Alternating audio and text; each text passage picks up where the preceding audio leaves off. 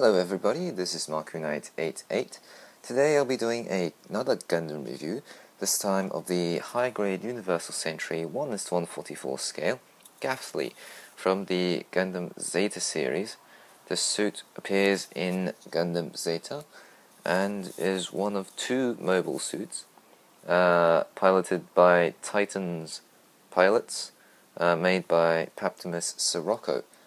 In the anime, this is of course a transforming mobile suit, and in real life it is also a transforming mobile suit. So yes, two surprising facts there. This is of course a 1:144 scale kit, and is of course one of the more unique ones, as you can probably tell by the design. Now, this guy isn't very sticker heavy, but there are quite a few details that you'd probably need to do yourself to clean up the kit's look and everything. So I just went ahead and did some detailed painting on this kit using some enamel paint I had. But you know, I'm a very sloppy painter, so I do apologize if any of you notice any very bad hand painting on the kit. But besides that, that's not really that important. As I said before, this kit isn't very sticker heavy. There are only some major ones, and I took them off already, but I will use this beam saber to demonstrate what I mean. The head crest is, this bit is supposed to be a sticker. I painted that yellow. The pink bits here and here are also supposed to be stickers. They are pink, and I also took them off and hand painted them. The pink on the back is also hand painted, along with the yellow dots on the side of the legs. Because I ran out of enamel thinner, I was forced to just not line this kit, which isn't to my best interests. But yeah, and the one dominating sticker, which is probably the most common one used in all Gundam kits, is the sticker for the eye, which extends from here over the head and comes out the other side. Most of it is black, but the pink mono eye in the center is the only colored bit, and that is one sticker, unlike the Marasai, which is 3 stickers, I think. Yeah. Okay, so as for colors, the kit has a dominating light brownish color. There's also some dark green and a small hint of yellow.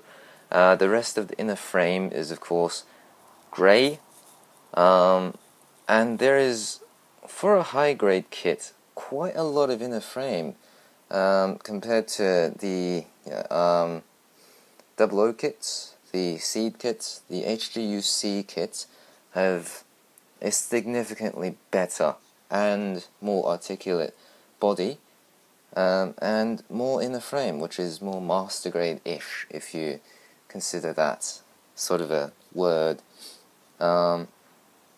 Anyway, for articulation, this guy isn't packed, but because it is a transforming kit, the waist will be limited. But I'll show you that during the articulation. So, as for articulation, starting from the top, these cannons are on ball joints, so they can wiggle around and do all the other stuff. The head is on a ball joint, so it can go up. As you can see, the ball joint is right down there. It can also go down quite a bit, but that's also for the transformation. Side to side, not really that much because of the hindrance of the the underneath V-fin. I don't know what that is, but basically that's all it can do for side to side movement. It can go chicken head movement, but it's really rather difficult. So if you can see that, it's sort of like that. So yeah. As for the arm, it can rotate 360 degrees. There's very little hindrance to get in the way of these arms. The shoulder armor is able to pivot down and up. The arm itself can only go up about that far, which is very disappointing. But it does have a rotating point underneath there, and the arm, yes, this piece of armor here can also go backwards and forwards. And as for the arm itself, it can bend about 90 degrees there. The waist, as I have said before, is really quite limited because it is a transforming suit, but it can move slightly. It's on a peg, so it's not that bad. As for the side skirts, they can go out like that. They can go back. Well, that's basically it for the skirts. The legs can go forwards that much, like that, and they can bend at one joint and another joint. And this is one of the things I like about the Gabthley, is because of the inner frame design. You can see that this protrusion comes out as you bend the knee. So if I bend that back, this is a straightforward knee, and as you bend it down, as that bit hits the back of the leg, it reveals this bit, which is sort of something not a lot of high grades have, which is something which the Gabthley stands out for.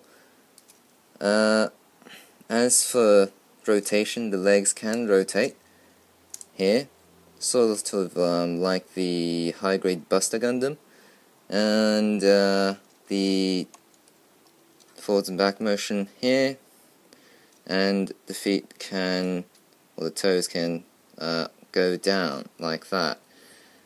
And that's, actually no, there's more. This tail bit, which also sort of makes up the partial back skirt area, is able to move down and up, but that's also for the transformation. And as for this sort of opens up and there's a little tab that can go up and down. That is also for the transformation.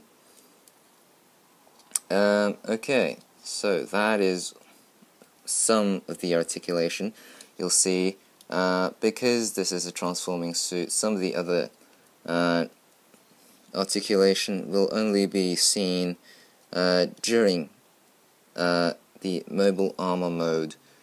I'm hoping I will be able to show you in this video, but I'm running out of time on this recorder, so I'll show you the accessories first, and there's not quite that many. First thing, like the Marasai, it comes with a Fayadine rifle. It has a moving tab here, which can go forwards and backwards. It also has a rotating bit here, which it's on a peg, so it can go anywhere. I did some modifications on this Fayadine rifle. There's supposed to be a bar connecting the back of there to the bottom here, but because I wanted it to be able to hold it without taking the hands off, because the hands on this kit are terrible, I just cut off the connection on the bottom here, if you can see. And for the stickers, there's some 2 yellow stickers on the sides. This thing has the ability to be able to support a beam saber. I will show you right now. And what I meant by the articulation is that it can spin like that. It goes 360, which is rather quite cool.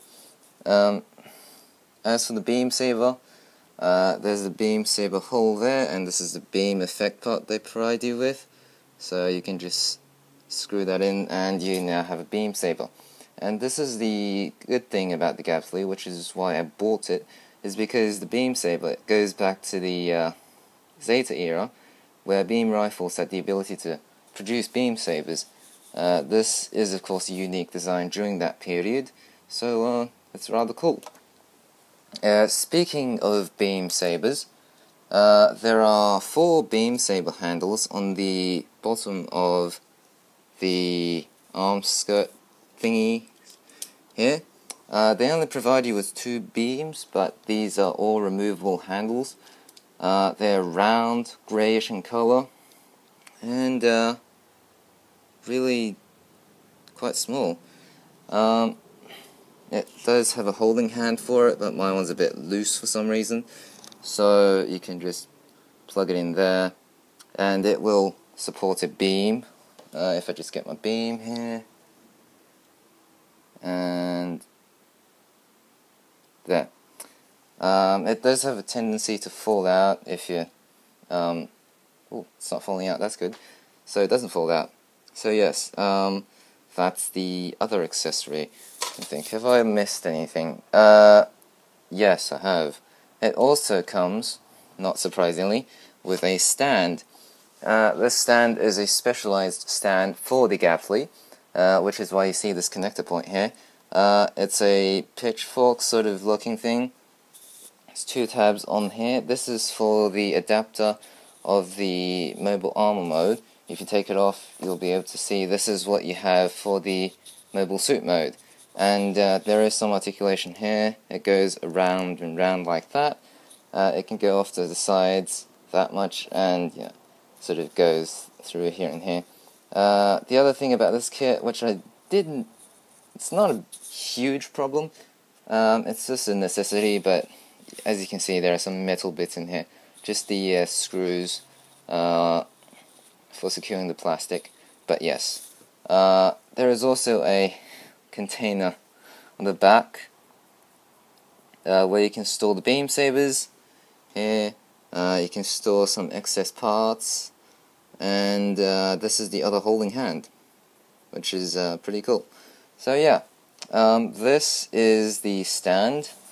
I'll just bring the Gabthley back, and as I was saying before, I did get rid of the bar here. As you can see, the nub mark, and you probably need to clean that off.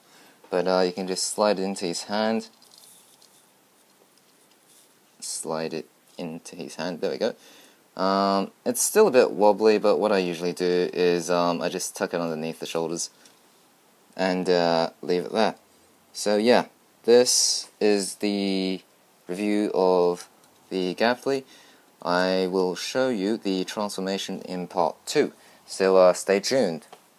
And detail painting, there's a lot to do, so I'll tell you all about it next video. Alright, see ya.